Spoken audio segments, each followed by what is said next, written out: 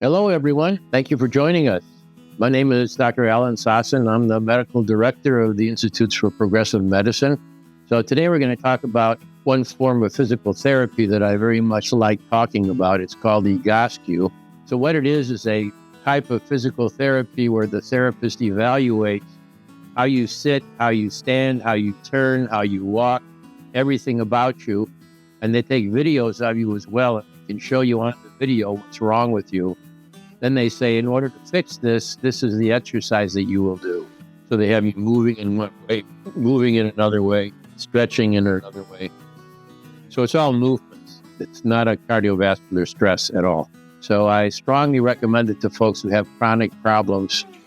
It's not surgery. It's not drugs. It's not injections. It's a way of doing physical therapy.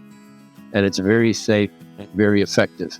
But I've been doing this for 6 or 7 years, and I think it's been really beneficial in getting me out of pain and keeping me out of pain. Thank you for watching the video. If you want more information about what we've been talking about, give a call to our office or look us up online, and you can get more information. We'd love to see you in person also.